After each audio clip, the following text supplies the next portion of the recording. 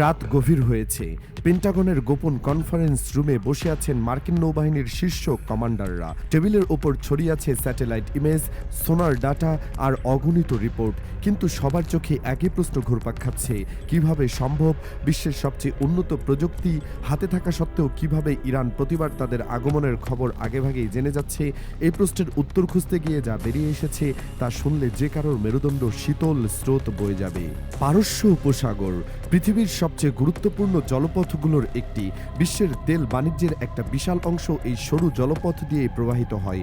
এখানে একদিকে আছে বিশ্বের সবচেয়ে শক্তিশালী নৌবাহিনীগুলোর অহংকারী উপস্থিতি, অন্যদিকে আছে ইরান, একটি দেশ যাকে পশ্চিমা বিশ্ব বছরের পর বছর ধরে অবরোধের শিকলে বেঁধে রাখার চেষ্টা করেছে। কিন্তু এই অবরোধের মধ্যেই ইরান এমন কিছু তৈরি করে ফেলেছে যা এখন সুপার পাওয়ারদের রাতের ঘুম হারাম করে দিয়েছে। গল্পটা শুরু হয়েছিল বছর কয়েক আগে। মার্কিন নৌবাহিনীর একটি আধুনিক ডিস্ট্রয়ার পারস্য উপসাগরে টহল দিচ্ছিল। জাহাজটি এতটাই অত্যাধুনিক যে তার রাডার সিস্টেম 7 মাইল দূরের লক্ষ্যবস্তু শনাক্ত করতে সক্ষম। ক্যাপ্টেন নিশ্চিন্ত ছিলেন, কারণ তার হাতে ছিল বিশ্বের সেরা প্রযুক্তি। কিন্তু হঠাৎ করে যোগাযোগ ব্যবস্থায় একটি অদ্ভুত সংকেত ধরা পড়ল। কয়েক সেকেন্ডের জন্য মনে হলো কেউ যেন তাদের দিকে তাকিয়ে আছে, অথচ রাডারে কিছুই দেখা যাচ্ছে না, সোনার সিস্টেমও চুপচাপ। তাহলে এই অনুভূতি কোথা থেকে আসছে? উত্তরটা জানতে আরও কিছু সময় লাগবে, কিন্তু সেই রাতে ক্যাপ্টেন বুঝে গিয়েছিলেন যে এই সমুদ্রে তারা একা নয়। ইরানের সামরিক কৌশলবিদরা বহু বছর ধরে একটি প্রশ্নের উত্তর খুঁজছিলেন, কিভাবে সীমিত সম্পদ দিয়ে বিশ্বের সবচেয়ে শক্তিশালী নৌবাহিনীকে মোকাবেলা করা যায়। তারা বুঝতে পেরেছিলেন যে সরাসরি যুদ্ধে জেতা অসম্ভব। তাহলে উপায় কি? উপায় হলো এমন একটি ব্যবস্থা তৈরি করা যেখানে শত্রু কখনোই বুঝতে পারবে না তাকে কে দেখছে, কোথা থেকে দেখছে এবং কখন আঘাত আসবে। এই ভাবনা থেকে জন্ম নিয়েছে ইরানের সেই রহস্যময় প্রতিরক্ষা ব্যবস্থা, যাকে অনেকে ইনভিজিবল শিল্ড বা অদৃশ্য ঢাল বলে ডাকছেন। এই অদৃশ্য ঢালের প্রথম স্তর হলো সমুদ্রের তলদেশে বিছানো এক বিশাল সেন্সর নেটওয়ার্ক। সাধারণ মানুষ হয়তো ভাবতে পারে সেন্সর মানে কিছু যন্ত্রপাতি যা শব্দ বা তাপমাত্রা মাপতে পারে, কিন্তু ইরানের এই সেন্সরগুলো সম্পূর্ণ আলাদা। এগুলো সমুদ্রের তলদেশে পাথরের নিচে এমনভাবে লুকানো থাকে যে এর উপর থেকে কোনো স্যাটেলাইট দিয়ে এদের অস্তিত্ব টের পাওয়া যায় না। এই সেন্সরগুলো একসাথে অনেক ধরনের তথ্য সংগ্রহ করতে পারে, জাহাজের প্রোপেলারের শব্দ, সাবমেরিনের সোনার সিগন্যাল, এমনকি পানির অনেক উপরে উড়তে থাকা ড্রোনের লো ফ্রিকোয়েন্সি ভাইব্রেশন এরা ধরে ফেলতে সক্ষম। একজন আমেরিকান নৌ কর্মকর্তা নাম প্রকাশ না করার শর্তে একবার বলেছিলেন যে পারস্য উপসাগরে ঢুকলে মনে হয় কেউ যেন আপনার প্রতিটি পদক্ষেপ গুনছে। আপনি জানেন না সে কে, কোথায় আছে, কিন্তু আপনি তার উপস্থিতি অনুভব করতে পারেন। এই সেন্সর নেটওয়ার্কের সবচেয়ে ভয়ঙ্কর দিকটি হলো এর কাজ করার পদ্ধতি। এগুলো সমুদ্রের লবণাক্ততা, পানির চাপ এবং স্রোতের পরিবর্তনের উপর ভিত্তি করে কাজ করে। ফলে ইলেকট্রনিক জ্যামিং দিয়ে এদের অকেজো করা প্রায় অসম্ভব। আমেরিকার কাছে বিশ্বের সবচেয়ে উন্নত জ্যামিং প্রযুক্তি আছে, কিন্তু সেই প্রযুক্তি এখানে অচল, কারণ এই সেন্সরগুলো রেডিও তরঙ্গ ব্যবহার করে না। এরা ব্যবহার করে প্রকৃতির নিজস্ব সংকেত, যা কোনো সাধারণ মানুষের তৈরি যন্ত্র দিয়ে বন্ধ করা যায় না। কিন্তু সেন্সর তো শুধু তথ্য সংগ্রহ করে না, আসল বিপদ অন্য জায়গায়। সেই বিপদের নাম হলো ইরানের স্মার্ট মাইন। সাধারণ মাইন সবাই চেনে, সমুদ্রে ভাসমান একটি বিস্ফোরক যা জাহাজের কাছে এলে ফেটে যায়। কিন্তু ইরানের মাইনগুলো এমন নয়। এগুলো সমুদ্রের তলদেশে চুপচাপ পড়ে থাকে, কোনো নড়াচড়া নেই, কোনো সংকেত নেই। একটি সাধারণ পাথরের মতো দেখতে, কিন্তু যখন কোনো শত্রু জাহাজ বা সাবমেরিন কাছে আসে তখন এরা জেগে ওঠে। প্রথমে এরা জাহাজটিকে শনাক্ত করে, তারপর সেই তথ্য ইরানি বাহিনীর কন্ট্রোল রুমে পাঠায়। এবং সবচেয়ে ভয়ঙ্কর ব্যাপার হলো এই মাইনগুলো একে অপরের সাথে যোগাযোগ করতে পারে। ধরুন একটি মাইন কোনো আমেরিকান ডিস্ট্রয়ারের উপস্থিতি টের পেল, সেই মুহূর্তে সে পুরো নেটওয়ার্ক সংকেত পাঠিয়ে দেবে। কয়েক সেকেন্ডের মধ্যে ওই অঞ্চলের সব মাইন সতর্ক হয়ে যাবে এবং তখনই শুরু হতে পারে যাকে বলা হয় সোয়ার্ম অ্যাটাক বা ঝাঁক বেঁধে আক্রমণ।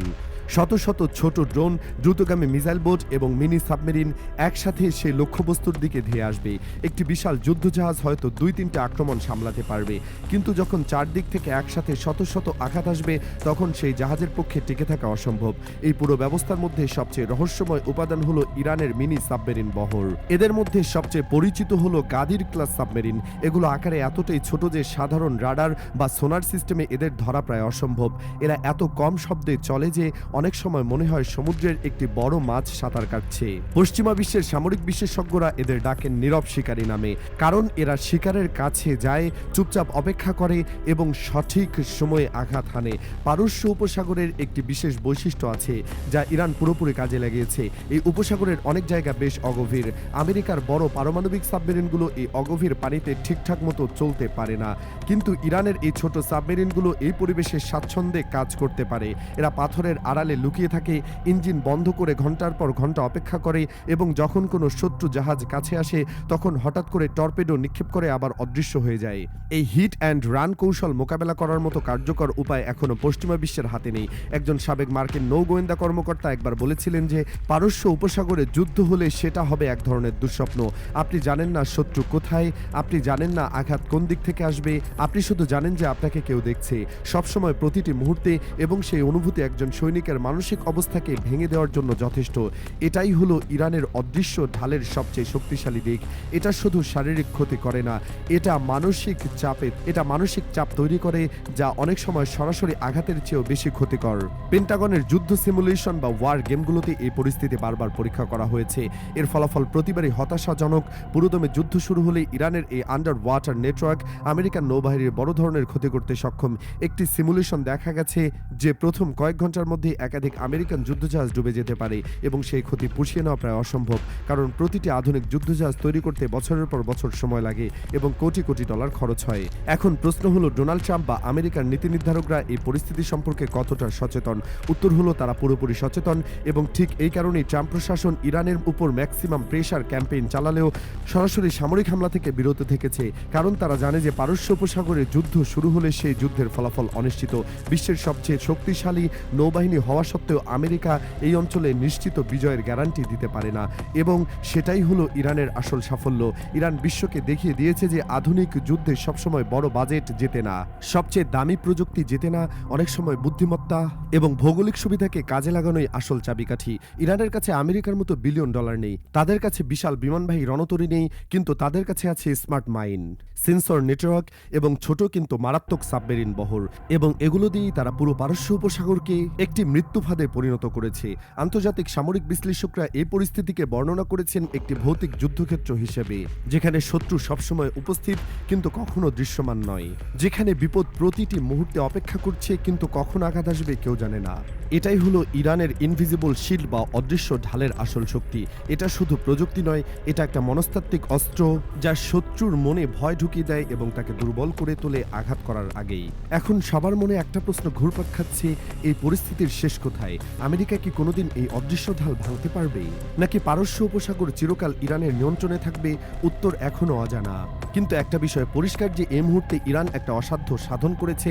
তারা সীমিত সম্পদ দিয়ে বিশ্বের সবচেয়ে শক্তিশালী নৌবাহিনীকে থামিয়ে দিয়েছে, এবং সেই কৃতিত্ব ছোট করে দেখার কোনো উপায় নেই। পারস্য উপসাগরের এই রহস্যময় যুদ্ধক্ষেত্রে প্রতিদিন নতুন নতুন ঘটনা ঘটছে, প্রতিদিন নতুন নতুন তথ্য বেরিয়ে আসছে।